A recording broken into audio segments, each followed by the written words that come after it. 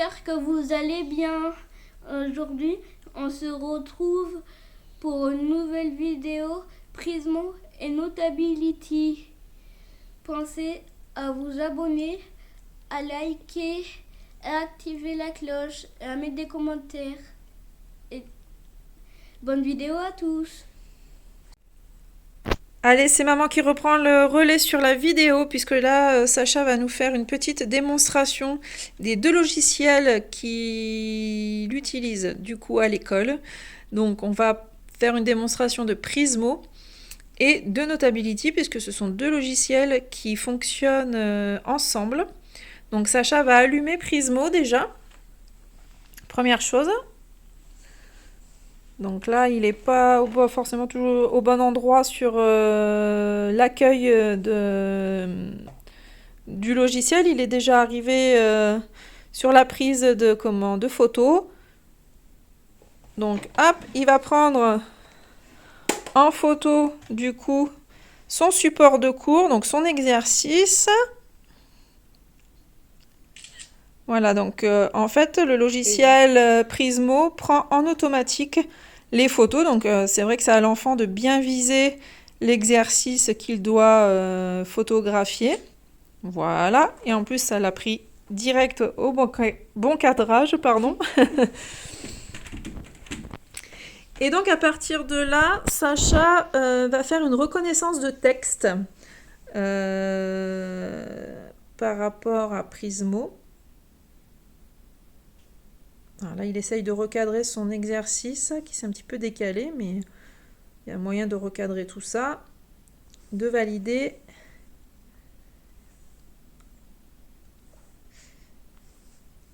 Voilà, et à partir de maintenant, on fait la reconnaissance du texte, on crée un PDF et on envoie tout sur Notability. Voilà, donc à partir de là, Sacha, il va pouvoir remplir son exercice avec des zones de texte. Donc, qu'il va faire maintenant. Allez Sacha, petite zone de texte. Tu montres aux copains et copines comment tu fais. Voilà, donc la zone de texte vient d'être créée. Et là, Sacha, il va nous calculer 6 plus 1. Ça fait combien?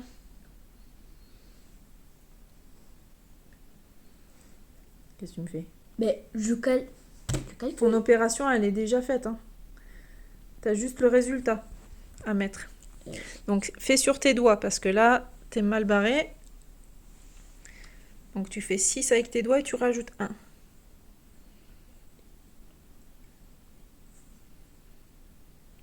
T'enlèves un autre. T'enlèves un autre. Non, tu enlèves. Tu lèves, pardon. Voilà, ça te fait combien de doigts?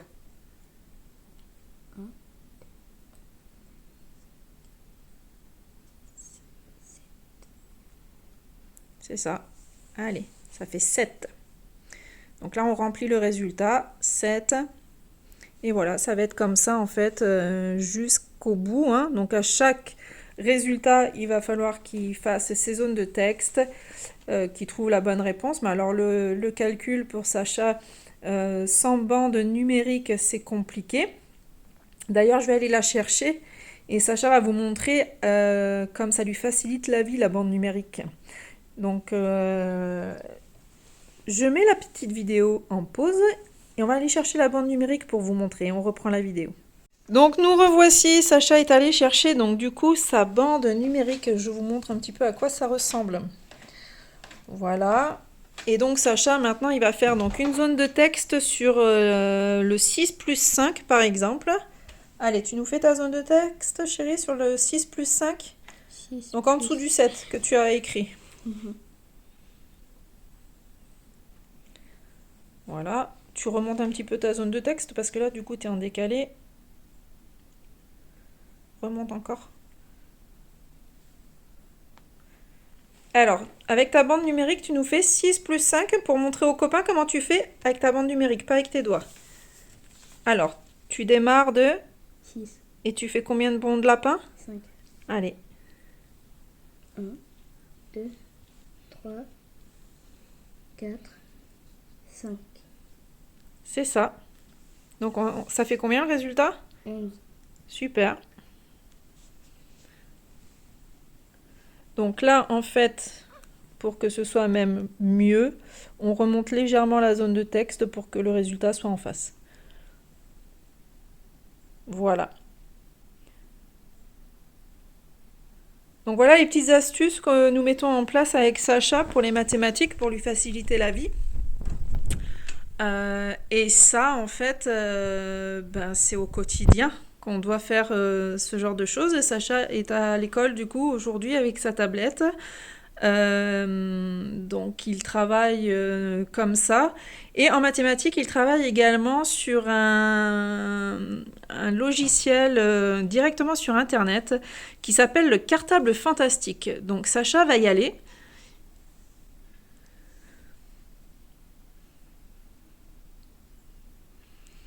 Voilà, il va aller prendre un exercice de mathématiques pour vous montrer un petit peu comment ça se présente. Parce que moi, je trouve que c'est juste formidable. Sacha a fait d'énormes progrès en travaillant avec les fantastiques exercices de Caroline Huron. On va prendre sur la numération. On va faire, par exemple, décomposer un nombre. On va faire sur le je révise. Allez, hop. Et on va prendre le premier. Vas-y, super. Voilà comment ça se présente en fait. Donc, c'est vraiment épuré. C'est simple de chez simple. Il n'y a rien qui déconcentre les enfants. Et surtout, on a des codes couleurs. On reste sur les codes couleurs pour les dizaines et les unités. Donc, les dizaines en rouge, les unités en bleu. Et donc là, il nous montre toujours un exemple, ce qui permet d'avoir un petit modèle pour les enfants. Et comme ça, ils vont faire la même chose sur les deux additions qu'il y a en bas. Voilà. Et du coup, au lieu de tout compléter, ils ont juste un petit carré à compléter. Donc là, Sacha va le faire. Voilà. Il y a la bande numérique qui s'affiche directement. Donc Sacha, il n'a pas besoin de se servir du clavier numérique normalement qui s'affiche, mais il a juste à cliquer en fait sur la bonne réponse. Donc là, tu as juste à regarder ton unité du 13.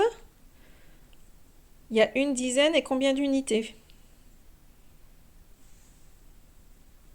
Voilà. Et Sacha va faire pareil en dessous, donc avec le 16.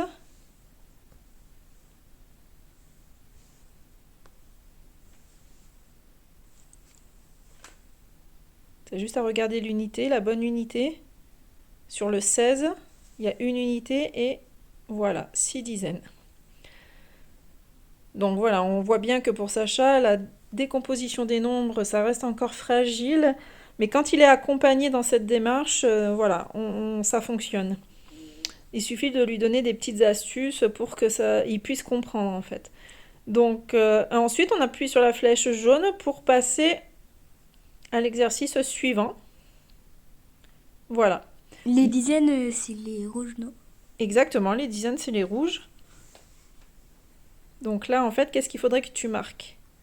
Regarde, tu as l'exemple en haut. Là, tu as 14. Donc ça se décompose avec une dizaine, qui s'écrit avec le chiffre 10, plus 4 unités. Donc là, en dessous, tu vas écrire quoi? Combien il y a de dizaines? Voilà. Et donc, il y a combien de dizaines?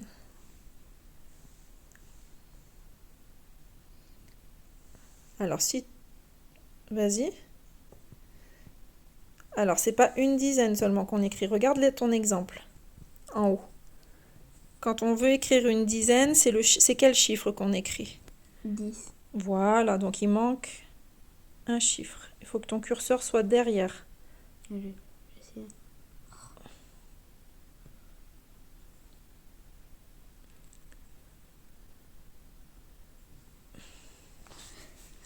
Et Sacha, tu t'énerves alors qu'il y a une gomme. Voilà, et tu recommences. Alors. Et t'écris ton 0. Voilà. Je sais pas ce que tu cherchais, mais voilà. Pour faire 10, il faut que tu tapes les chiffres dans le bon ordre. Voilà, tu refais pareil puisque c'est le même chiffre qu'il faut taper. Allez. Voilà. Et donc à chaque fois, on appuie sur la flèche jaune pour passer à l'autre exercice. Et quand on va à la fin de la série, voilà, l'avantage, c'est qu'on peut imprimer les résultats de chaque élève. Alors après, par contre, ça nécessite à la maîtresse de reprendre l'exercice du cartable fantastique pour voir exactement les calculs qui ont été demandés.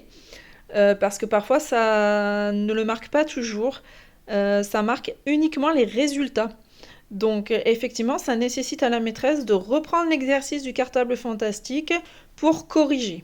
Donc ça demande un petit peu de temps à la maîtresse. Quand la maîtresse n'a pas le temps, bon ben c'est moi qui le fais, hein, je trouve les feuilles imprimées du cartable fantastique et du coup c'est moi qui corrige les exercices de Sacha et je retransmets à la maîtresse le lendemain.